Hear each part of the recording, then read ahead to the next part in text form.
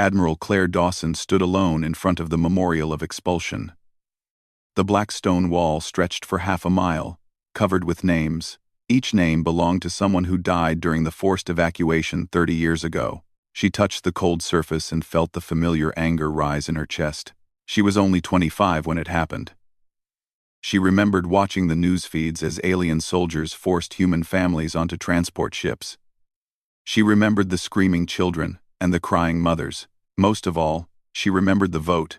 The Galactic Federation Council had voted to remove humanity from their coalition.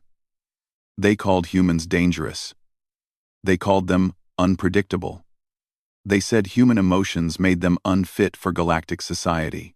Now Claire was 55 years old, and the leader of Earth's United Defense Council. Humanity had spent 3 decades trapped in their own solar system, cut off from the rest of the galaxy by a quarantine barrier. No ships could leave, no ships could enter. The Federation wanted to forget that humans ever existed. Claire walked away from the memorial and climbed into her transport vehicle. Her assistant, a young man named Danny Cole, was waiting inside. "The council meeting starts in 1 hour, Admiral," Danny said. "I know," Claire replied. She looked out the window as the transport lifted into the air. Below her, she could see the city of New Geneva, the capital of the United Earth government. The city was clean and modern. Humanity had not wasted their years of exile. They had built, improved, and prepared for the day when they might face the galaxy again. On the other side of the solar system, Captain Sam Harris stood on the bridge of his ship, the Sentinel. He was running training exercises near the quarantine barrier, the invisible wall of energy that kept humanity locked inside their own space. Sam was 48 years old with gray hair and tired eyes. He had spent his entire adult life in the military, preparing for threats that might never come. Sometimes he wondered if his work meant anything at all. "Captain, we have completed the combat drill," reported his second officer, Lieutenant Ben Torres. Ben was young, only 26. He had been born after the expulsion and had never seen an alien in person. To him, the galaxy beyond the barrier was just a story, a place that existed only in old records and his imagination. "Good work, Lieutenant," Sam said. "Reset for another round." Ben hesitated. "Captain, may I speak freely?" Sam nodded. "What is the point of all this training?" Ben asked. "The barrier has been up for 30 years. Nobody comes in, nobody goes out. We are preparing for a war that will never happen." Sam looked at the young man with understanding. He had asked the same questions when he was younger. "We train because we must be ready," Sam said. "The galaxy is a dangerous place. One day something might change. When that day comes, we need to be prepared." Ben did not look convinced, but he returned to his station without another word. In a small research station orbiting Mars, Dr. Megan Shaw sat in front of her monitoring equipment.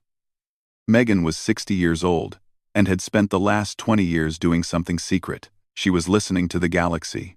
The quarantine barrier blocked ships, but it did not block all signals. With the right equipment, Megan could pick up transmissions from Federation space. She was not supposed to do this. The government did not officially approve of her work, but certain important people, including Admiral Dawson, knew about her project and allowed it to continue. Tonight, something was different. Megan adjusted her equipment and listened carefully. She was picking up distress signals, hundreds of them. She heard alien voices screaming for help. She detected massive fleet movements across multiple star systems. Something terrible was happening out there. Megan recorded everything and sent an encrypted message to Admiral Dawson. Then she continued to listen, her old hands shaking slightly as the sounds of chaos filled her ears. Back on Earth, the council meeting was about to begin when Claire received the message from Megan. She read it twice, her face showing no emotion. Then she put away her communication device and entered the council chamber. The meeting covered normal business. Military budgets, colony development, resource allocation. Claire said little. Her mind was on the distress signals. What was happening in Federation space? What enemy could cause such widespread panic? After the meeting ended, Claire returned to her office and made a private call to Captain Harris. "Sam, I need you to increase patrols near the barrier," she said. "Something is happening in Federation space. I do not know what yet, but I want us ready for anything." Sam's face on the screen showed surprise, then determination. "Understood, Admiral. I will double our presence immediately." That night, Lieutenant Ben Torres could not sleep. He lay in his small cabin on the Sentinel and thought about the barrier. His grandmother had told him stories about life before the expulsion. She described alien cities with buildings that touched the clouds. She talked about markets where 100 different species traded goods from across the galaxy. She spoke of wonders that Ben could only imagine. He wondered if he would ever see those wonders himself. The next morning, everything changed. Captain Harris was on the bridge when his sensor officer shouted in alarm. "Captain, we have a contact at the barrier. A ship is approaching from Federation space." Sam felt his heart jump. In 30 years, no Federation ship had come to the barrier. "Confirm that reading," he ordered. "Confirmed, sir. It is definitely a ship. Federation design. It is stopping at the barrier edge." Sam stared at the screen showing the distant vessel. After 3 decades of silence, the Federation was finally reaching out. "They are sending a communication request," the sensor officer reported. Sam took a deep breath. "Put it through." A face appeared on the main screen. It was an alien. A member of the Valari species, with blue skin and large dark eyes. The alien looked exhausted and afraid. "Human vessel," the alien said. "I am Ambassador Kirasul of the Galactic Federation. We request permission to speak with your leaders. Please, we need your help." Sam stared at the screen for a long moment. 30 years ago, the Federation had thrown humanity away like garbage. Now, they were begging for help. He thought about all the names on the memorial of expulsion. He thought about his grandmother who died during the forced evacuation. Then he thought about the distress signals that Admiral Dawson had mentioned. "Ambassador," Sam said slowly. "Wait there. I will contact my superiors." He ended the communication and turned to Lieutenant Torres. The young man's eyes were wide with shock. "It seems the galaxy has finally remembered us," Sam said quietly. "I wonder what made them so desperate." "Seems the galaxy has finally remembered." He reached for his communication device to call Admiral Dawson. Whatever was coming next, Sam knew that nothing would ever be the same again. High Counselor Vithrian sat in his chamber and stared at the reports on his desk. The numbers were terrible. 17 major military campaigns had failed. 47 colony worlds had been consumed. Billions of citizens across dozens of species were dead or missing. The Vorthan swarm was destroying everything. Vethrian was old now, over 200 years by human counting. His green scales had faded to gray, and his once sharp mind felt tired and slow. He had led the Galactic Federation for 50 years. He had guided it through wars and crises, but nothing had prepared him for this enemy. The Vorthan were not like any species the Federation had faced before. They were a hive mind, millions of creatures controlled by a single intelligence. They did not negotiate. They did not make treaties. They only consumed. Every world they touched became part of their swarm. Every resource was taken. Every living thing was absorbed or destroyed. A knock came at his door. "Enter," Vethrian said. Commander Zethal walked in. The military leader looked broken. His uniform was dirty, and his eyes showed the look of someone who had seen too much death. "High Counselor," Zethal said, his voice flat. "I must report on the Battle of Korvax Prime." Vethrian already knew the outcome. Another defeat, but he listened anyway. "We positioned our fleet exactly as the tactical computers recommended," Zethal explained. "We had superior numbers. We had better weapons. Every calculation showed we would win." "But you did not win," Vethrian said. "No. The Vorthan adapted to our strategy within minutes. They changed their attack patterns faster than our computers could respond. By the time we adjusted, they had already destroyed half our ships. I ordered a retreat to save what remained." Vethrian closed his eyes. "How many did we lose?" 12,000 ships. 2 million crew members. The number hit Vethrian like a physical blow. 2 million lives, gone in a single battle. Our strategies do not work, Zethal continued. The Vorthan learn too quickly. They predict our every move because our moves are logical. They use our own predictability against us. Vethrian understood the problem. The Federation had always relied on logic and calculation. Their computers could plan perfect strategies. Their officers followed those plans exactly. For centuries, this approach had made them the strongest force in the galaxy. But the Vorthan did not care about perfect strategies. They adapted. They changed. They found weaknesses that no computer could predict. What do you suggest? Vethrian asked. Zethal shook his head. I do not know. We need something different. Something the Vorthan cannot predict. After Zethal left, Vethrian sat alone in the darkness. His mind went back 30 years to a decision he had made. The decision to expel humanity from the Federation. He remembered the debates. The humans were emotional and unpredictable. They took unnecessary risks. They ignored logical advice and followed their feelings. They were dangerous. At least, that was what the Council believed. Vethrian had signed the expulsion order himself. Now he wondered if they had made a terrible mistake. In another part of the Federation capital, Ambassador Kirasul was searching through old records. She was young by Valari standards, only 60 years old. She had been a child when the humans were expelled, too young to understand what was happening. Now she was one of the Federation's top diplomats, and she was looking for answers. The old files contained reports about human military history. Kirasul read about battles where humans had won, against impossible odds. She read about generals who ignored computer recommendations and followed their instincts. She read about soldiers who sacrificed themselves for others. Not because it was logical, but because they felt it was right. One report caught her attention. It described a human tactic called the bluff. Humans would sometimes pretend to be weak to trick their enemies. They would show fear when they were not afraid. They would act defeated when they were planning an attack. This made no sense to Kirasul. Why would anyone pretend to be something they were not? It was illogical. It was deceptive. It was exactly what the Federation needed. She requested a meeting with High Counselor Vethrian. When she entered his chamber, she found him looking old and tired. Ambassador, he said, what brings you here? I have been studying human military tactics, Kirasul said. I believe they might help us against the Vorthan. Vethrian's expression darkened. The humans are gone. We removed them from the galaxy 30 years ago. We removed them from the Federation. Kirasul corrected. They still exist.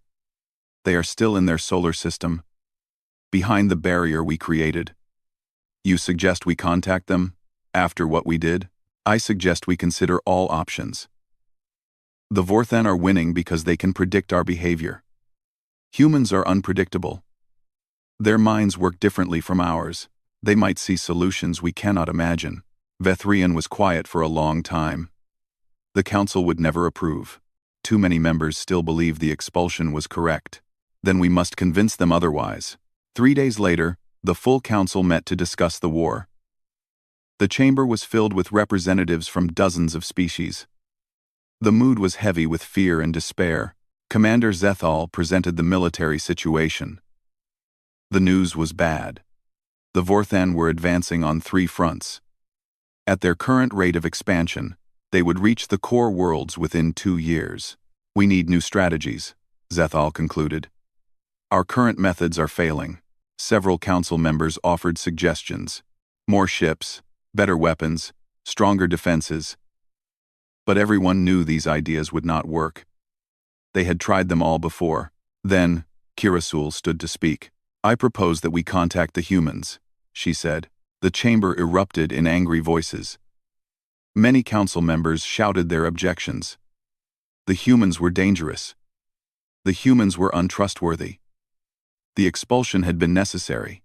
Enough, Vethrian said, raising his hand for silence. Let the ambassador speak.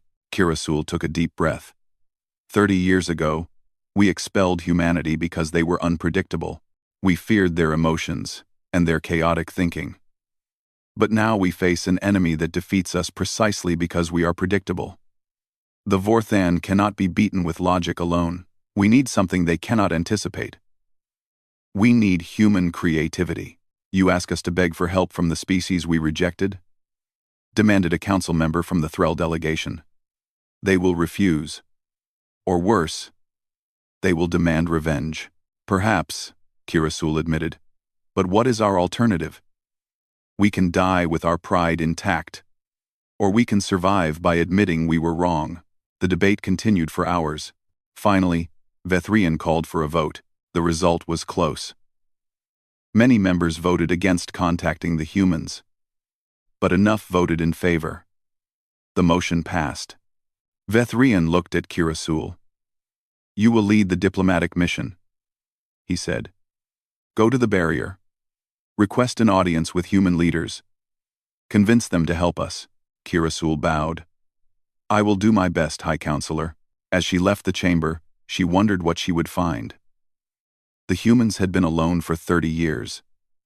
They had every reason to hate the Federation. Would they agree to help their former oppressors? There was only one way to find out. She boarded her ship and set course for the quarantine barrier, carrying the hopes of the entire galaxy with her.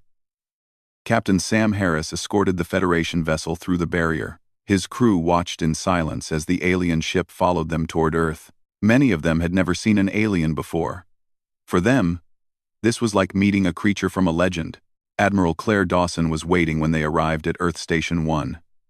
She stood in the docking bay with a small group of officers, her face showing no emotion as the alien ship connected to the station.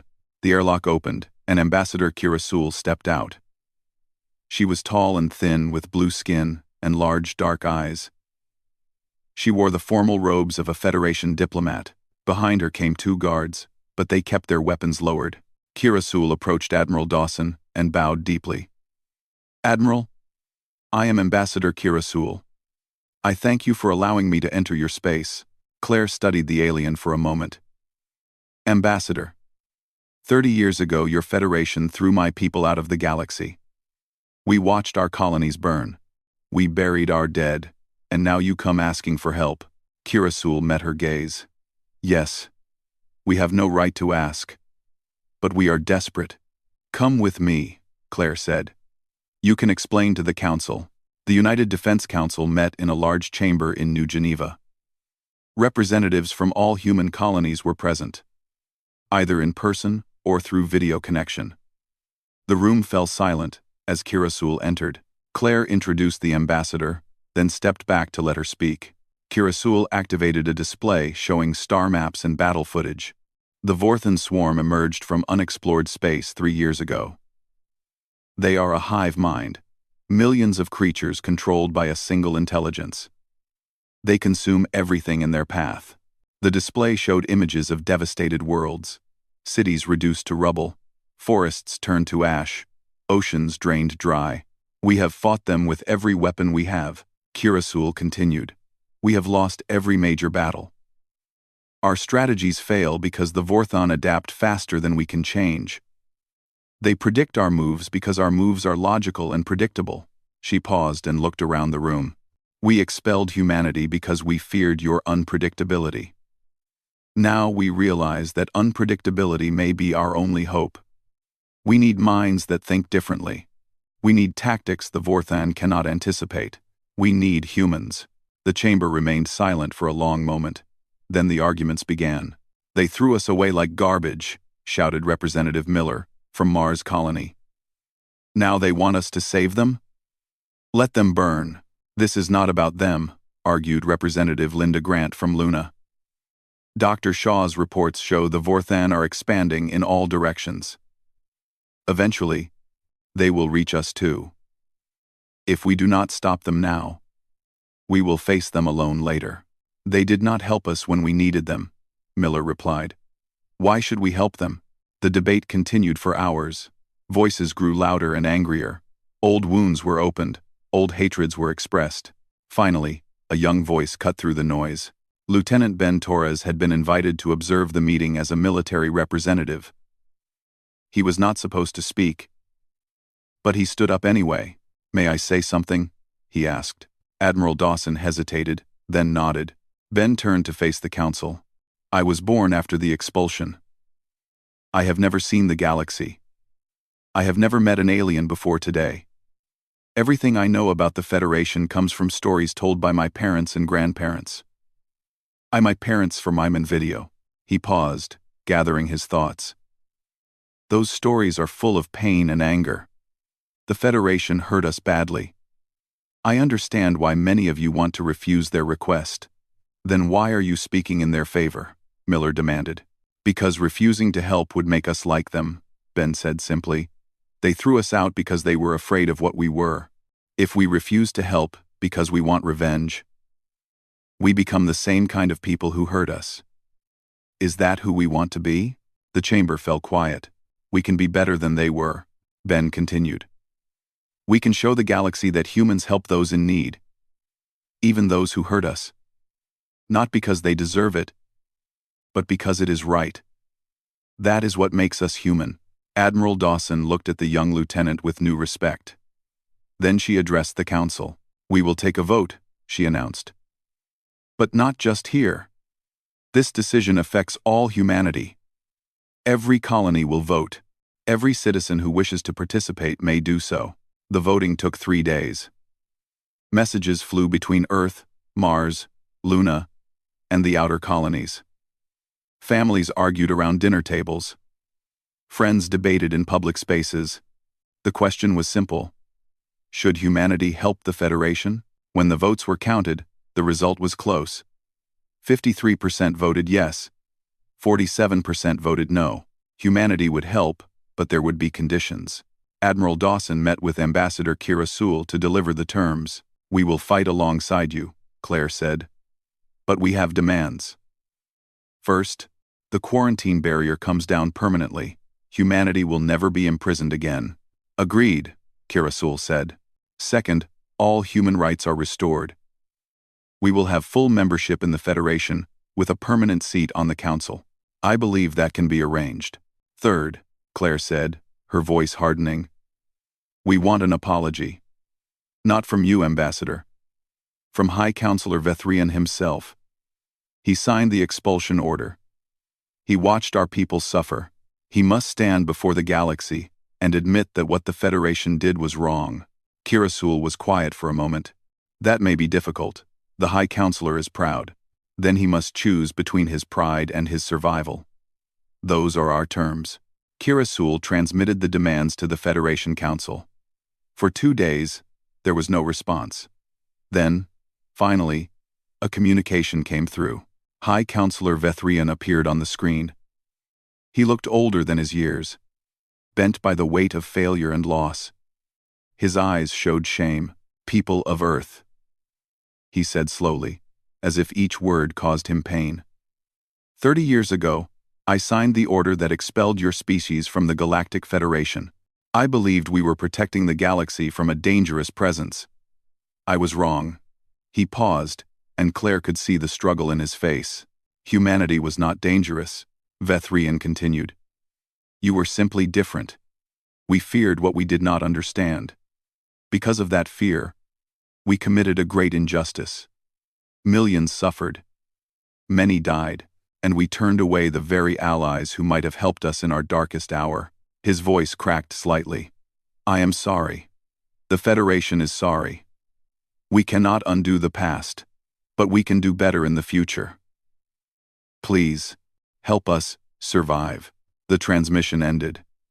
Claire sat in silence, processing what she had witnessed.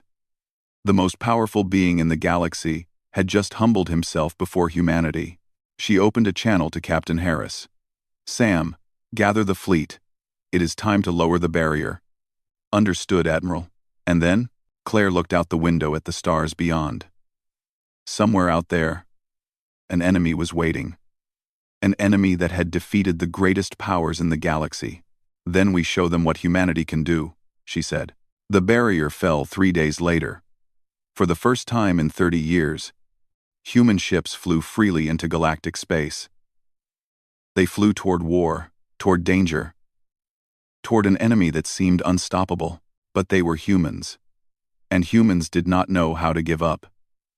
The human fleet emerged from the former barrier zone into Federation space. Captain Sam Harris stood on the bridge of the Sentinel and looked at the stars he had never been allowed to visit.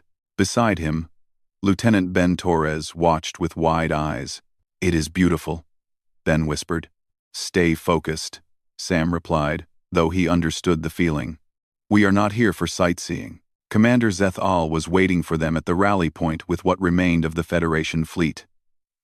When the human ships arrived, the alien commander studied them with confusion. "These are your warships?" he asked Sam through the communication channel. "They look crude. Where are your computer targeting systems? Where are your automated defense networks?" Sam smiled slightly. "We do things differently." Zeth Al did not look convinced. "The High Counselor has placed you in command of the Joint Task Force. I hope you know what you are doing." "So do I," Sam admitted. The first battle came 2 days later. A Vorthan attack group was moving toward a Federation colony world. The joint fleet moved to intercept. Zeth Al presented the tactical plan. "Our computers recommend this formation," he said, showing a display. "We position our heavy ships in front, lighter ships on the flanks. The mathematics show a 62% chance of victory." Sam studied the plan, then shook his head. No, this is the optimal strategy. It is the predictable strategy," Sam corrected. "The Vorthan will expect exactly this. They will adapt before we even engage." "Then what do you suggest?" Sam pulled up his own display.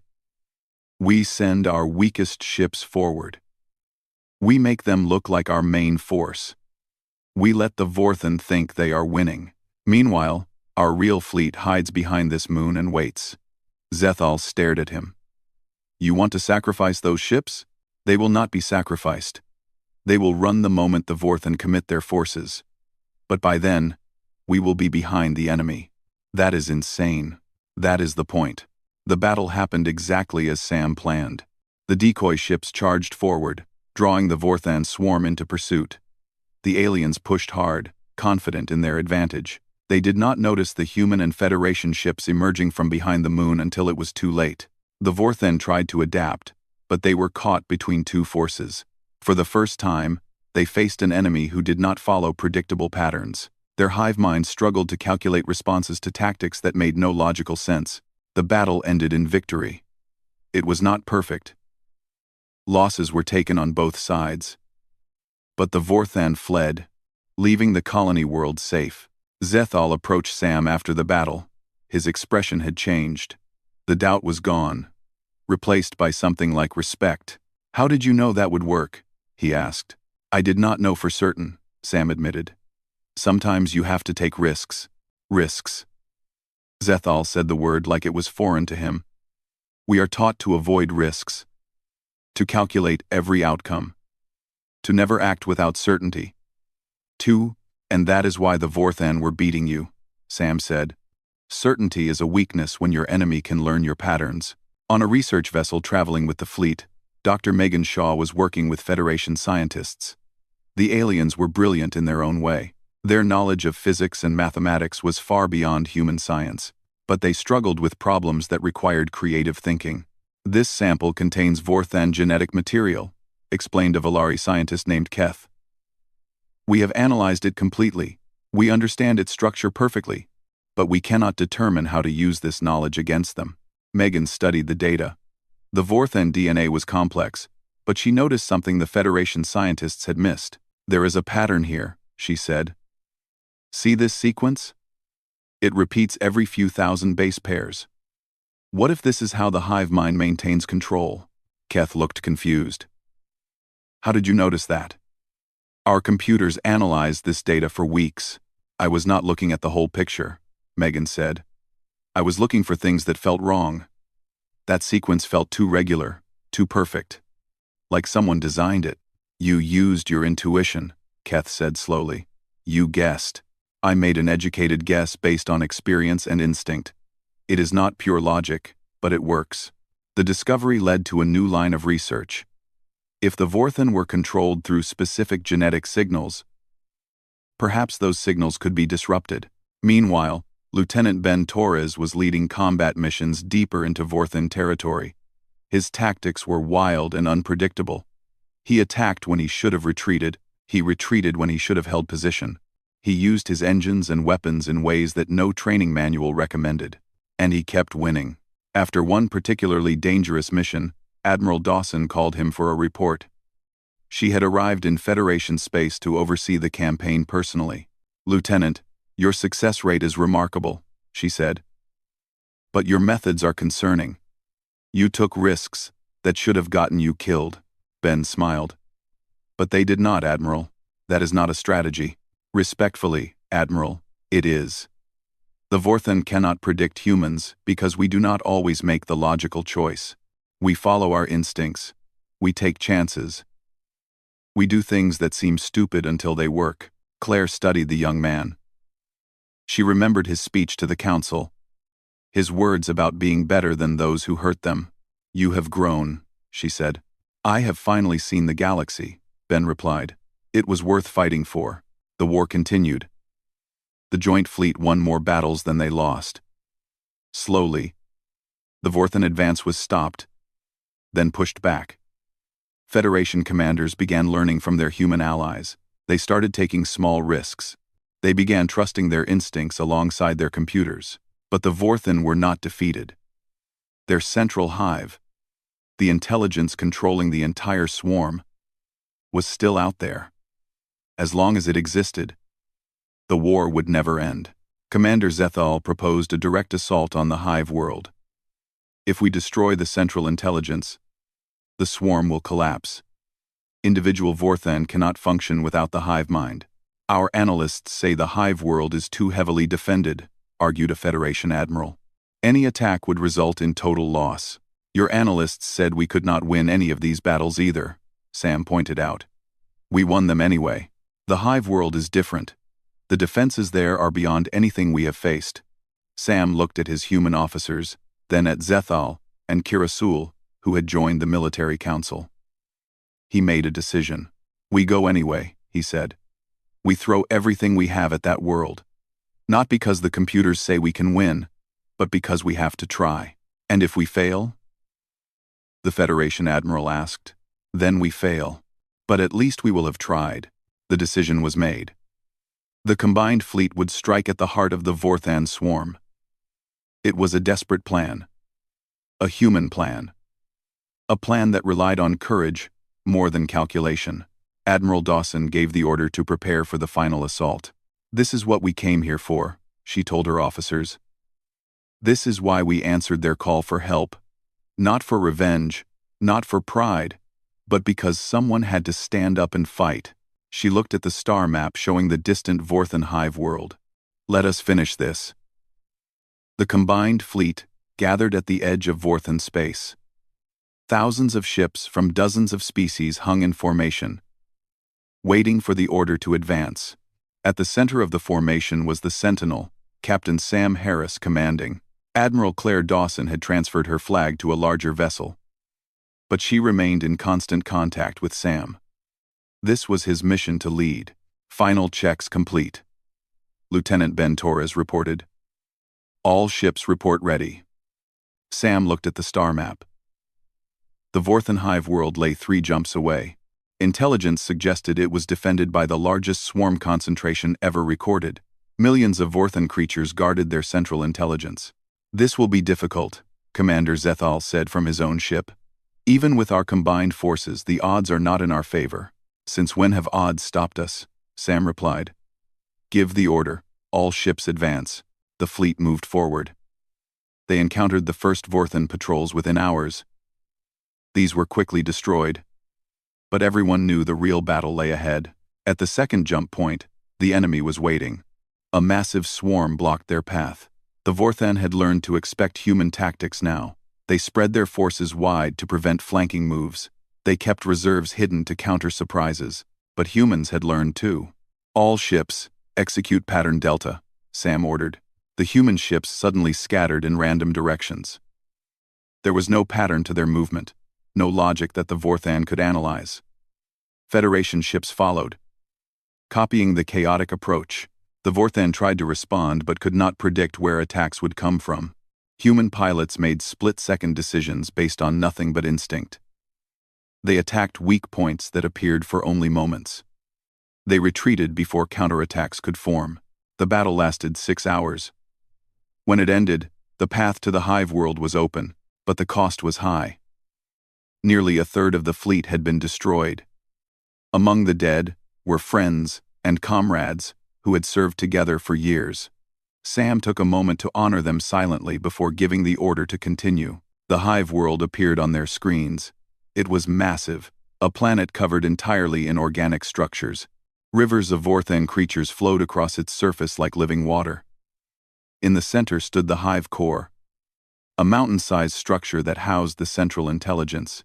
If we destroy that core, the war is over, Sam said. Every Vorthan in the galaxy will lose connection to the hive mind. The surface defenses are overwhelming, Zethal reported. We cannot get ground forces through.